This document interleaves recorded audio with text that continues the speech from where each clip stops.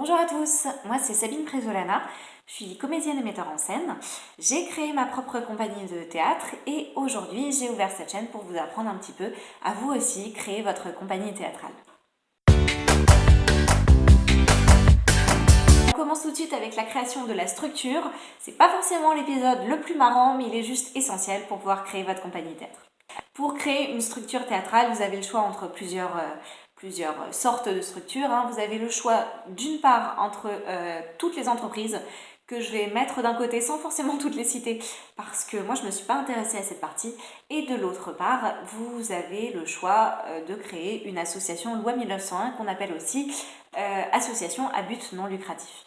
Donc vous l'avez compris, moi je vais surtout vous parler de cette forme de structure-ci puisque j'ai très vite compris, sans forcément m'y connaître super bien dans tout ça, mais en essayant de fouiller un petit peu, j'ai très vite compris que l'association, ce serait la forme la plus simple de création et la plus facile d'utilisation. C'est déjà le fait qu'il n'y a pas besoin de capital de départ, et ça c'est très important quand on débute et qu'on n'a pas forcément beaucoup d'argent. L'association, vous n'avez pas besoin de capital de départ. L'autre point positif de l'association, c'est que vous avez la possibilité de recevoir des dons et des subventions. C'est super utile ça quand on commence, ne serait-ce que si vous voulez faire un crowdfunding ou faire des demandes de subventions à votre ville, à la région. Et il faut avoir une association pour ça. Si vous avez une entreprise, personne, en tout cas l'État, ne pourra pas vous subventionner puisque vous êtes une personne privée. Vous voyez ce que je veux dire? Et enfin, si je ne me trompe pas, le dernier point positif, c'est la liberté de rédaction des statuts. Alors les statuts dans une association, on va vous les demander, c'est en quelque sorte le règlement intérieur de l'association. Toutes les règles que vous allez fixer vous-même pour le fonctionnement de votre association, et c'est quand même pratique de se dire qu'on peut écrire quasiment ce qu'on veut. Donc pour créer une association, c'est très simple. Vous n'avez qu'à vous rendre sur le site asso.gouv.fr, je vous remettrai bien sûr tous les liens en barre d'infos, et télécharger tout simplement un formulaire qui est présent en ligne, qu'il faut remplir et qu'il va falloir retourner à la préfecture de votre ville. Par contre, ce qu'il faut ajouter à ce formulaire, ce sont des statuts. Donc le formulaire à remplir, je fais confiance à votre bon sens, il est relativement simple.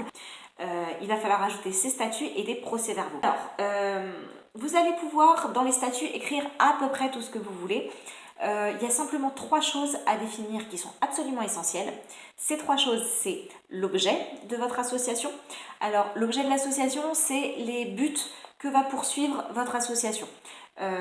Si vous êtes dans le spectacle vivant, les 3 ou 4 choses à mettre vraiment dedans, c'est la création, la production, la diffusion et la promotion de spectacles vivants. L'autre chose à mettre dans les statuts, qui est obligatoire, donc j'entends, c'est le siège social. C'est tout simplement l'adresse physique où vous allez enregistrer votre association. Notez qu'il faut du coup bien rajouter sur la boîte aux lettres une petite étiquette avec le nom de votre compagnie. Compagnie, nanana, j'en sais rien. Enfin bref, tout ce que vous voulez, mais vous le mettez sur la boîte aux lettres. Voilà. Et enfin, le dernier truc obligatoire quand on crée une association, c'est les ressources.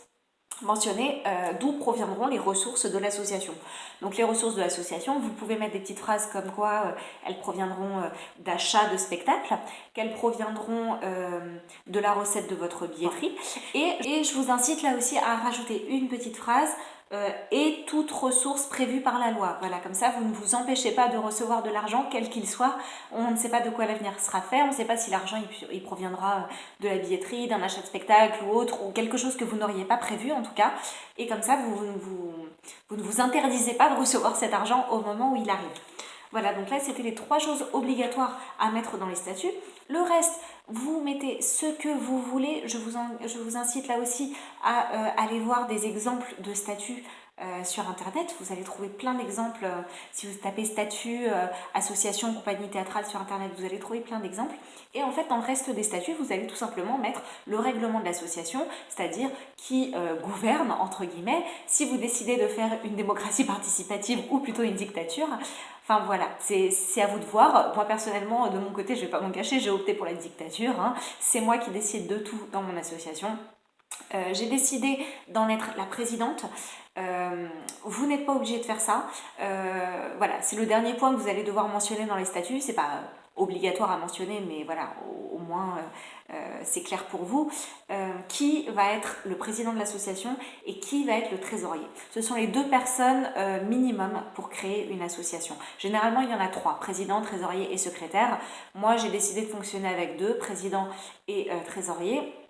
Ça se passe très bien comme ça. Dans les faits, c'est quand même moi qui gère tout. Simplement, de temps en temps, je demande une signature à la personne qui m'accompagne.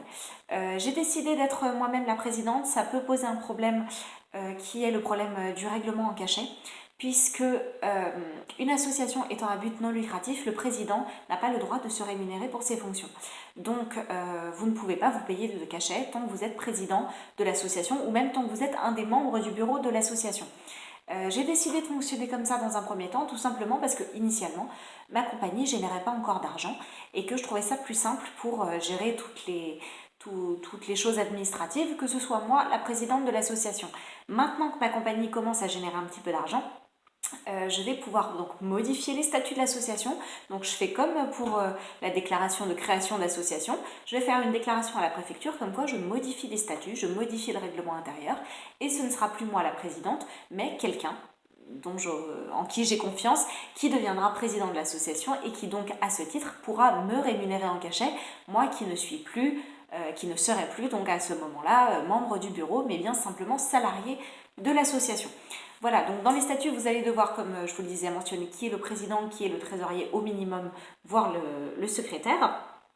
Et pour cela, vous allez devoir faire un petit procès verbal. Alors c'est un mot un petit peu barbare, ils appellent ça procès verbal de l'Assemblée Générale Constitutive. C'est un grand mot pour dire qu'on écrit sur une feuille de papier que tel jour à telle heure, il y a telle et telle personne qui se sont réunies et qui ont décidé de faire une association. Tiens, et si on faisait une asso? Bah ouais, on va le marquer par écrit. Donc voilà, c'est tel jour à telle heure, on a décidé de faire une association. Le règlement, il est joint juste à côté, c'est les statuts. On signe et voilà, on transmet tout ça à la préfecture et ça y est, on a créé notre association. Donc pour avoir des exemples de procès-verbaux, même chose, vous allez sur internet, vous trouvez tout ce qu'il faut.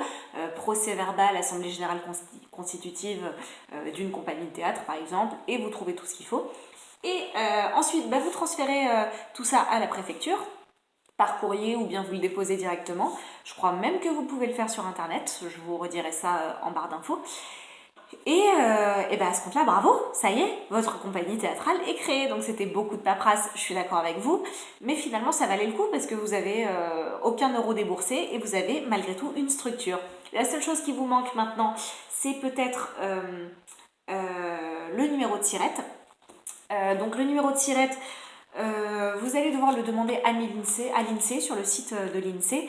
Je vous remettrai le lien en barre d'infos. Ça se fait très très simplement. Là pour le coup, si je me souviens bien, c'est juste un petit email dans lequel vous allez donner le numéro de récipicé de déclaration que la préfecture vous aura donné une fois que vous aurez déposé le dossier. Vous allez recevoir par la poste un récipicé de déclaration de création d'association. C'est un petit peu barbare là aussi comme nom. Vous prenez ce numéro, vous le transférez à l'INSEE et en retour vous allez recevoir un numéro de SIRET, donc un vrai numéro de structure bien professionnel qui va vous servir à créer des comptes, un compte bancaire pour l'association, à demander une assurance pour l'association, on en parlera dans un autre épisode certainement, à demander des subventions, là aussi il faut un numéro de SIRET, toutes ces choses-là. Et donc voilà, avec tout ça, vous avez une association. Voilà, quand vous avez fait tout ça, ça y est, félicitations, votre compagnie théâtrale est créée. Écoutez, j'espère que cet épisode vous a plu. S'il vous a plu, n'hésitez pas à vous abonner parce qu'il va y avoir plein d'autres épisodes sur la création d'une compagnie, sur plein de choses, sur comment trouver des programmateurs, sur comment créer un site internet, comment créer un bon dossier de production, comment créer une belle affiche quand on n'est pas graphiste. Toutes ces choses-là, donc je vous laisse vous abonner et puis je vous dis à très bientôt et vous n'oubliez pas surtout, en avant la compagnie. Ciao.